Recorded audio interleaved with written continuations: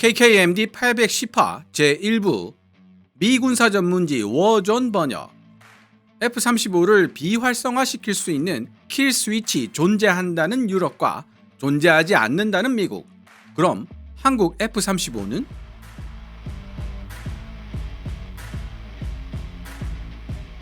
미국의 군사 전문지 워존은 2025년 3월 11일 지난 일주일 동안 벨기에, 스위스, 독일, 영국을 포함한 유럽 전역의 매체에서 F-35 킬 스위치 존재 가능성에 대해 언급한 기사를 게재했다는 내용을 보도했습니다.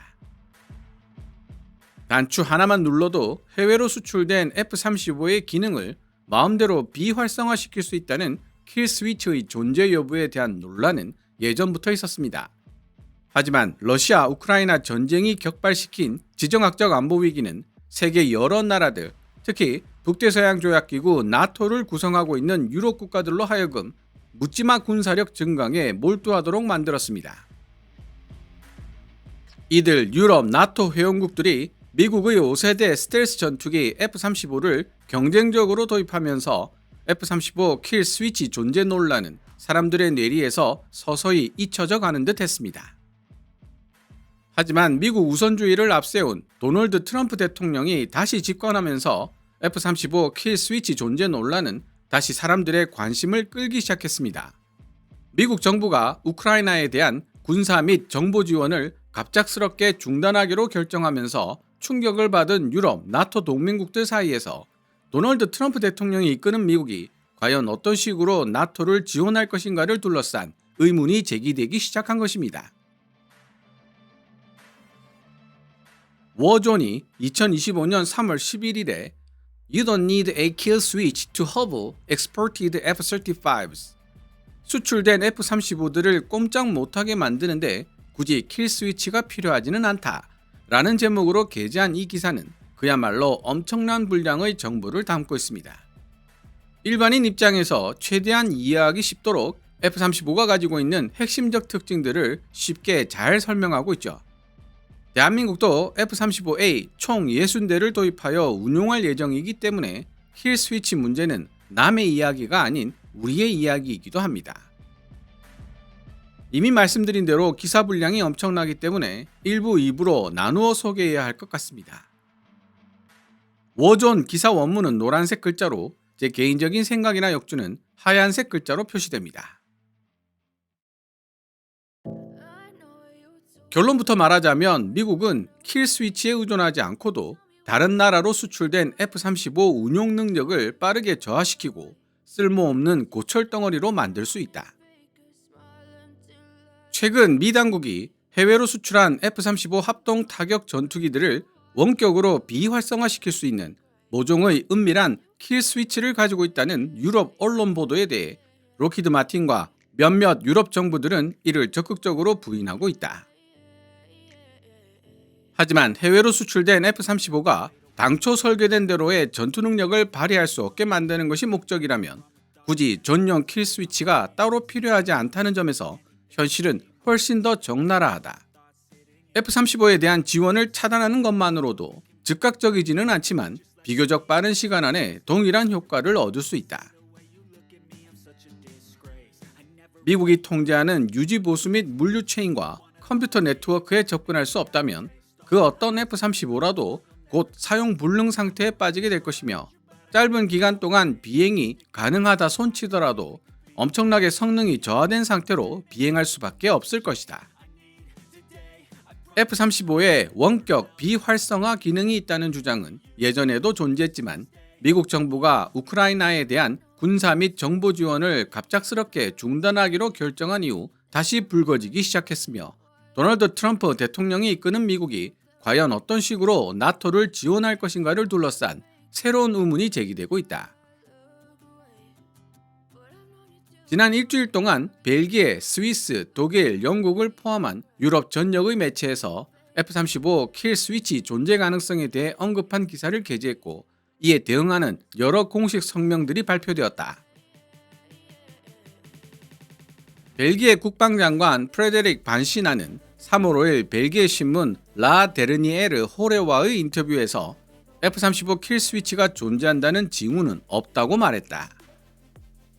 F-35는 원격으로 조종되는 전투기가 아닙니다. 이 프로그램은 전 세계 물류 지원에 의존하며 예비 부품은 사용자 국가 간에 유통됩니다. 스위스 연방국방부가 3월 7일 보도한 자료를 기계 번역한 내용에 따르면 전자장치를 통한 외부 개입으로 F-35A 전투기를 원격 제어하거나 차단하는 것은 불가능하다. 스위스가 자국 방어를 위해 무기 시스템이나 유도 미사일을 사용해야 하는 경우 미국의 동의는 필요하지 않습니다. 스위스는 자율적으로 독립적으로 언제든지 이들을 사용할 수 있습니다. 2025년 3월 8일 록히드 마틴은 스위스와 벨기에 당국의 초기 반박을 지적하며 본지와 다른 언론 매체들에게 미국이 F-35들을 무력화시키기 위해 활성화할 수 있는 킬 스위치가 있다는 소문이 돌고 있다는 내용의 이메일을 보냈다. 다시 한번 이야기하지만 현재 전 세계 곳곳에서 운용되고 있는 F-35들의 말 그대로 혹은 비유적 의미에서 버튼 하나 터치하는 것만으로 완전히 작동불능으로 만들 수 있는 전용 기능이 탑재되어 있다는 증거는 없다. 우리가 알아야 할 사실은 F-35 합동 타격 전투기가 특별히 엄중한 수출 규제와 미국 정부에 의한 통제의 대상이 된다는 사실이다. 전 세계에서 운용 중인 F-35 거의 대부분은 사실상 미국 정부와 미국 내 계약업체에 의한 독점적 지원이라는 치명적 방식에 의존하고 있다. 워존의 타일러 로고웨이는 소셜미디어 X에 다음과 같은 내용을 올렸다. 수출된 무기 시스템의 효용성을 심각하게 훼손시키고 싶은 경우 굳이 킬 스위치를 만들 필요는 없다. 단순히 지원을 중단하기만 해도 그것들은 쓸모없어지기 시작할 것이고 특히 일부 시스템들은 매우 빠른 속도로 망가지기 시작할 것이기 때문이다. 무기 체계가 고도화되면 고도화될수록 성능 저하 속도도 빨라지기 마련이다. F-35는 전 세계 미국 동맹국 및 파트너 국가들과의 강력한 파트너십을 기반으로 하는 공동 연합 플랫폼으로 구상, 개발되었으며 현재도 계속 운영되고 있습니다. 개념 설계 당시부터 F-35는 여러 국가의 전문성과 기여를 통합하여 모든 사용자들의 운영적 요구사항을 충족하는 것을 목적으로 하는 협력적 노력의 산물이었습니다. F-35 전투기 프로그램에서 일부 국가를 차단할 권한이 미국에게 있는지, 있다면 어떠한 절차를 거치게 되는지에 대한 워존의 질문에 F-35 합동 사무국 프로그램 JPO 대변인은 다음과 같이 답했다. 이 프로그램은 모든 운영자가 F-35 전투기를 효과적으로 유지하고 운영하는 데 필요한 역량을 갖추도록 보장하는 건실한 계약에 따라 운영됩니다. F-35 프로그램의 강점은 글로벌 파트너십에 있으며 우리는 모든 사용자에게 필요한 기능과 지원을 제공하기 위해 최선을 다하고 있습니다. F-35 합동 사무국 프로그램 JPO가 발표한 성명에서 명확히 언급하지 않은 부분은 록히드 마틴이 핵심 데이터 권한을 유지함으로써 F-35 유지관리 거의 모든 측면에 대해 상당한 통제권을 행사한다는 것이다. 범위가 다소 제한적이기는 하지만 F-35에 동력을 공급하는 F-135 엔진을 만드는 프렛 앤 휘트니 역시 핵심 정보를 상당수 보유하고 있어 강력한 통제권을 보유하고 있다. 여기에는 미국 및 기타 일부 국가의 계약자가 운영하는 시설 외부에서 수행하는 유지 보수 작업에 제한을 가하는 것도 포함된다. F-35 전투기의 수많은 개별 부품, 특히 중요한 전자장치가 들어있는 블랙박스는 수출 통제상 이유로 봉인되어 있으며 지정한 시설에서만 유지 보수 작업을 할 수 있다. 미국을 제외한 다른 사용자 국가들은 이를 위한 지식 기반이 전무하다는 뜻이다. 평화로운 상황에서 F-35는 의도한 대로 작동하고 있지만 현재 존재하는 F-35 유지 보수 시스템은 해외 공군이 운용하는 F-35들을 작전 수행 가능한 상태로 유지하는 데 상당한 어려움을 겪어왔다. 미국 관리들은 최근 몇 년 동안 F-35 예비 부품을 조달하는 방식 때문에 발생하는 문제들, 특히 그 중에서도 정기적으로 발생하는 부품 부족 문제가 향후 발생할지도 모르는 대규모 분쟁 상황에서 운영상 중대한 위험을 초래할 수 있다는 우려를 여러 번 표명해 왔다. 미국에서 운용되고 있는 F-35들이 역사상 유례를 찾아보기 힘들 정도로 낮은 가동률을 보여주는 가장 대표적인 요인으로 언급되는 것이 바로 주요 예비 부품의 부족 문제다. 이는 F-35를 운용하는 해외 국가가 엄격하게 통제되는 글로벌 부품 및 지원 생태계에 접근할 수 없는 상태로 격리된다면 상황이 얼마나 빨리 악화될 수 있는지를 적나라하게 보여준다. F-35 예비 부품을 합법적인 대한공급원이나 회색 공급원, 심지어 밀수를 통해 구하려 시도하는 것은 매우 어렵거나 불가능한 일이 될 가능성이 높다. F-35 전투기는 전반적으로 매우 복잡한 설계를 지니고 있는 동시에 아주 작은 부품들조차 섬세한 호용오차를 지니고 있기 때문이다. 특히 F-35의 매우 중요한 기능인 스텔스 표면을 유지하려면 특수시설과 장비가 필요하다. F-35 프로그램의 대부분이 여전히 고도의 기밀로 분류되어 있기 때문에 개별 전투기 부품 하나하나에 엄격한 통제가 적용되는 것까지 포함한다면 상황은 더욱 복잡해진다. 여기서 한 걸음 더 나아가 제임스 해커 미 공군대장은 작년에 미국의 나토 협력국들은 이제 F-35 특수조건 프로그램 SEP에 대해 잘 알고 있다고 언급함으로써 F-35를 둘러싸고 있는 많은 요소들이 여전히 기밀 수준임을 보여주었다. 특수접근 프로그램 SEP은 미국 관리들이 국가안보에 특히 민감하다고 판단한 정보에 대해 엄격하게 세분화된 보안 프로토콜을 추가로 제공한다.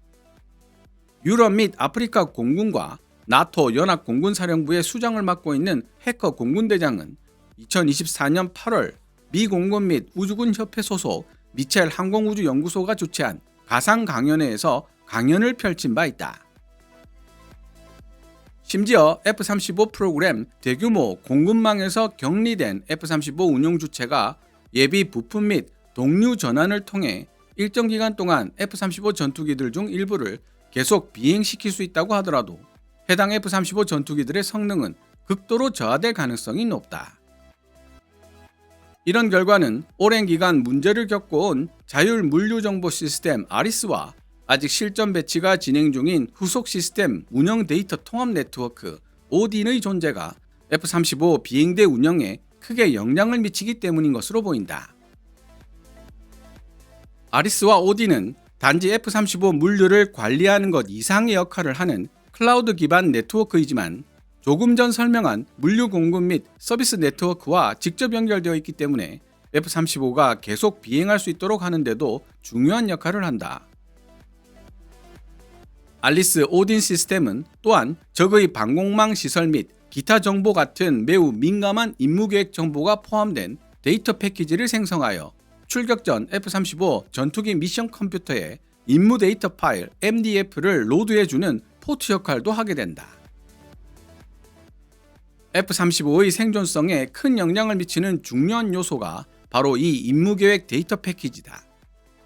임무계획 데이터 패키지 시스템에 의해 투영되는 블루라인은 적의 방공 영역에서부터 F-35 전투기의 스텔스 및 전자전 기능, 탑재된 센서 및 무장 사거리, F-35와 기타 다른 전투자산 간의 통합 전술에 이르기까지 수많은 요소를 융합하여 만들어진다. 블루라인 투영 기능은 F-35의 가장 강력한 무기 중 하나라고 해도 과언이 아니다. 블루라인 투영 기능이 없다면 F-35 전투기 및 조종사가 지닌 잠재력을 제대로 발휘하기 어렵고 결과적으로 적의 방공망에 탐지되어 격추될 가능성이 높아지기 때문이다. 이 시스템은 이후 F-35 전투기가 기지로 돌아왔을 때 임무 수행 중에 수집된 정보와 데이터들을 다운로드하여 추가 분석 및 활용하는 수단으로 사용되기도 한다. 임무계획 데이터 패키지를 통해 수집된 정보는 F-35의 생존성을 높이는 데 큰 도움이 되는 중요 위협 라이브러리를 업데이트하는 데 사용될 수 있다.